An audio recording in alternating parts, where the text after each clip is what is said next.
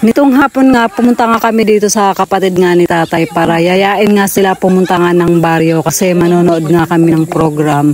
Andito rin kasi yung bunsong kapatid nga ni tatay, galing din nga yan siya ng Quezon, kasama nga niya yung asawa niya. Matagal na rin kasi siyang hindi nakakauwi nga dito sa Bicol. Tamang-tama nga at kumakain nga sila ng langka kaya nakisalo na rin nga kami. Dito nga sa may bahay nga ni Mamay Sili, napakadami nila ng puno nga ng langka. Pagdating nga namin ni Mary Jane dito nung nakaraang araw, kumain na nga kami nga nito. Tuwing buwan nga ng August, naghihinugan yung mga langka dito. Pinaipon ko nga sa kanila yung buto kasi nga iuwi ko nga to ng Manila dahil doon ko na siya ilalaga. Kasi ipapatikim ko din to kay Geraldine. Nung padilim na nga, umalis na nga kami kasi alas 7 nga daw magsisimula yung program.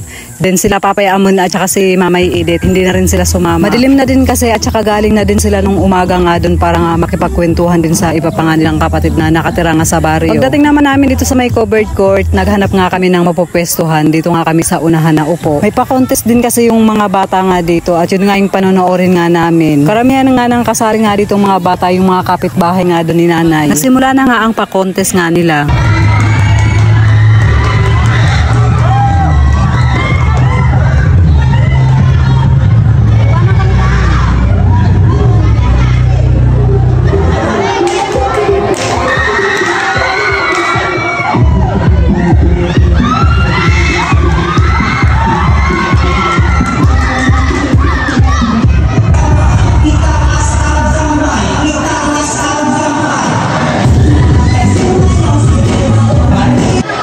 Christian Arcia Bukaling Bukin Gemaline De Yon Monica.